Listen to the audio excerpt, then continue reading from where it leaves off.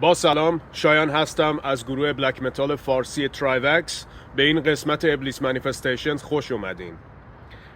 در این مکالمه که بین من و ناس آلکامث که وکالیست و گیتاریست گروه اکلیس، نایتبرینگر، آراتوس و بستیا آرکینا می باشد، ما راجع به پارانورمال اکتیویتیز صحبت کردیم و اتفاقاتی که در ماورا طبیعه میفته.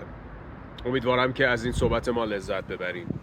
That was kind of his view on it, that these aren't actually your departed dead, that doesn't exist, but that they are like a shell or a resonance of the previous living.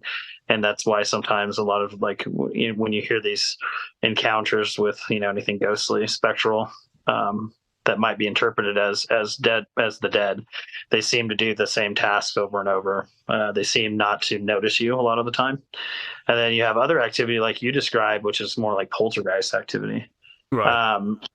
And so those two might be totally separate categories. So at that point, you might be dealing with, something else entirely, an intelligence that isn't or wasn't ever human, and that might be fully aware. So it's hard to say. I mean, we'll never exactly know. So that wouldn't surprise me, because I recall that on the very last night that we were there, wherever I went inside the flat, this is just as we were packing things, but wherever I went in the flat, a very weird smell would follow me. And and it wasn't me. Like I know that for a fact. I was well showered by that point, more or less. But whenever I went, there was this weird, really like almost rotting stench that would just appear out of nowhere. That was like really freaky. But at that point, I was like so angry. Like I didn't even care. I wasn't even like scared anymore. I was just like, fuck you, That's kind of like the kind of mindset I was in. But I recall as I was walking through the kitchen area at the time, it was a very weird layout in this place, but I remember coming through to past the kitchen to turn left to go to the end of the studio to grab like my guitar or something that was like urgent. And I remember seeing on the right side of my vision like a black shadowy figure stood there, and not sure. And it had a kind of like a threatening presence about it. Again, it's a difficult thing to decipher. Sometimes when I try and think of these things, like paranormal events or, like you said, poltergeist or anything like that, what comes to my mind is I wonder if these things happen in the absence of human beings or living beings, meaning that, let's say, like you say, that the shell exists there, or there's some kind of like a residue left there from a previous lifetime or some kind of memory.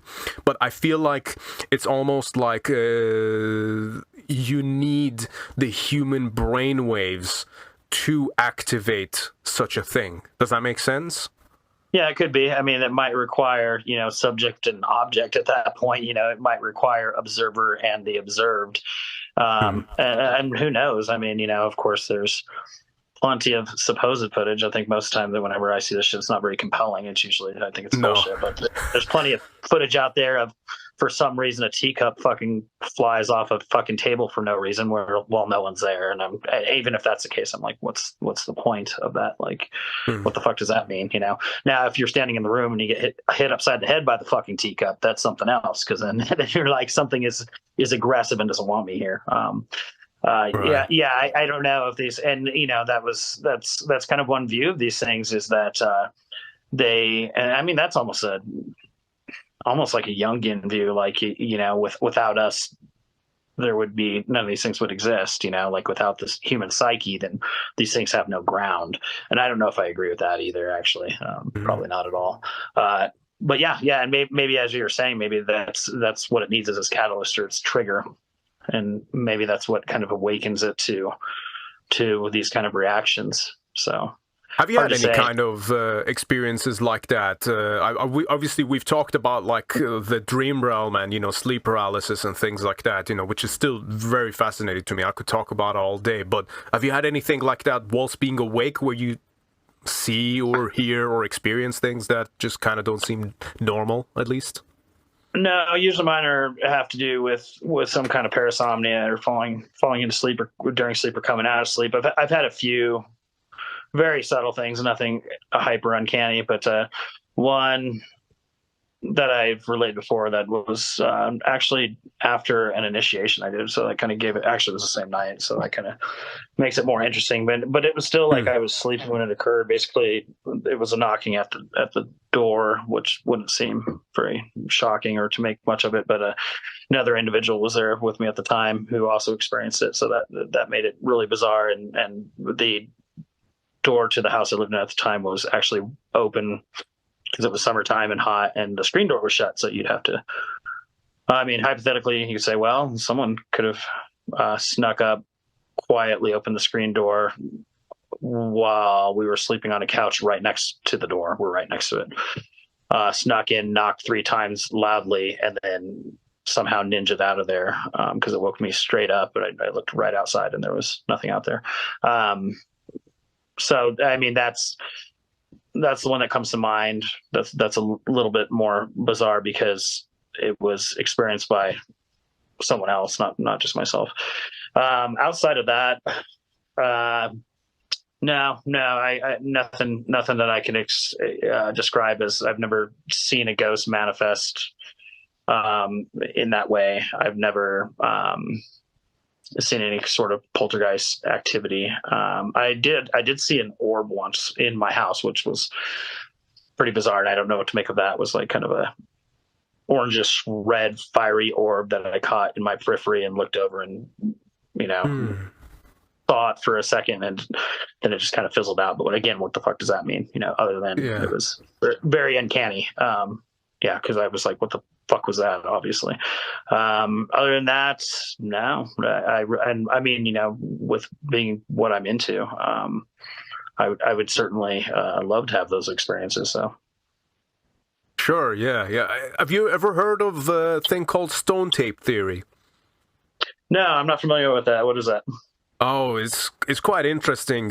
My friend Simon Lucas, drummer from Winterfell, he used to be the camera person for UK's Most Haunted, and he was telling me about that when he was on the podcast a little while ago. Yeah, basically, it's the idea that certain objects, as we said earlier, particularly I think stones, or I don't know if it's like material specific, but he was saying that they have a memory of their own, so certain minerals in particular, apparently they record events and things like that. And this is why sometimes when people do see manifestations of ghosts, like let's say one thing that's actually quite commonly reported, especially in the UK, particularly on some of the northern regions where people, where the Romans would go to, sometimes people would actually see the manifestation of an actual Roman soldier, like in the proper outfit and everything. And the idea is that rocks and objects and buildings and such can actually